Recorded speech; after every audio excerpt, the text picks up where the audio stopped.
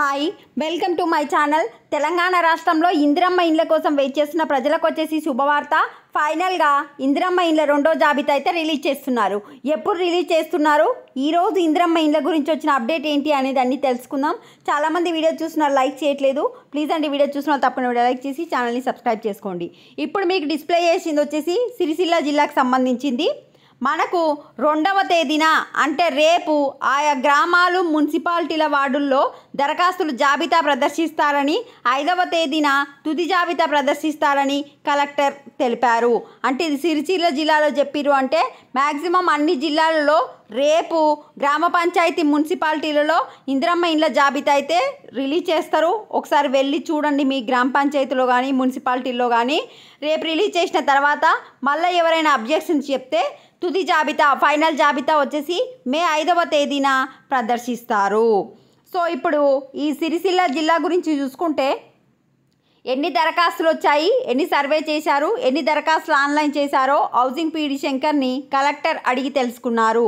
అనంతరం ఆయా మున్సిపాలిటీలు మండలాల వారీగా లక్ష్యం మేరకు ఎంత పూర్తి చేశారో సమీక్షించారు.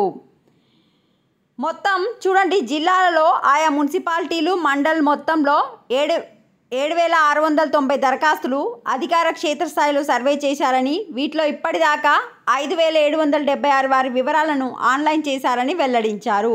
మిగతా వివరాలు పరిశీలిస్తామని పేర్కొన్నారు.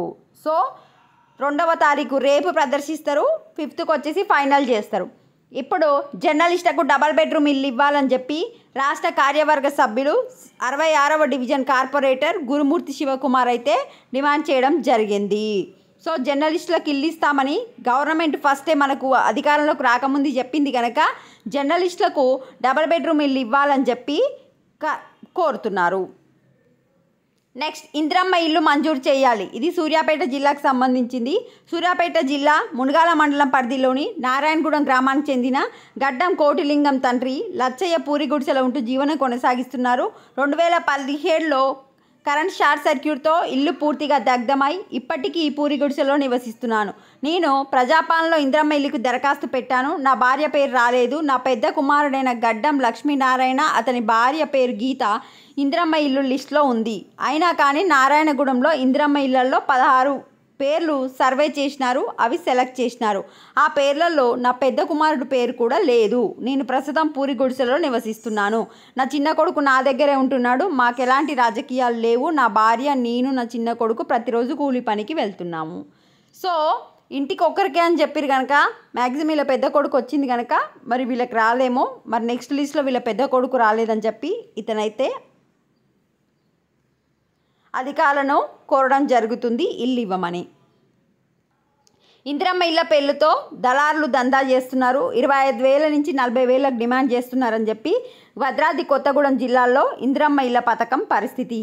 ఏ ప్రభుత్వం వచ్చినా, ఏ పథకం ప్రవేశపెట్టినా దళారుల దందా యథావిధిగా కొనసాగుతుంది. గత ప్రభుత్వం హయాంలో దళిత బంధు పేరుతో కళ్యాణ లక్ష్మి, షాదీ ముబారక్, డబల్ బెడ్రూమ్ ఇళ్ల మంజూరులోనూ దళాలు హవా కొనసాగించారు. దళాలను నమ్మొద్దని గవర్నమెంట్ ఎప్పటి నుంచో చెప్తుంది. అయినా ప్రజలకు అవగాహన లేకపోవడం వల్ల ఈ దళాలకు పైసలు ఇచ్చి వాళ్ళకి ఇల్లు రాకుండా పైసలు ఓడగొట్టుకొని అయితే చాలా బాధపడుతున్నారు. ఎవ్వరు ఎటువంటి పైసలు ఇవ్వద్దు. మీకు గవర్నమెంట్కి అర్హత ఉంటే మిమ్మల్ని గవర్నమెంట్ సెలెక్ట్ చేస్తుంది. జిల్లా వ్యాప్తంగా ప్రతిరోజు ఎక్కడో ఒక దగ్గర ఇందిరమ్మ ఇళ్ల మంజూరుపై ఆందోళనలు కొనసాగుతున్నాయి.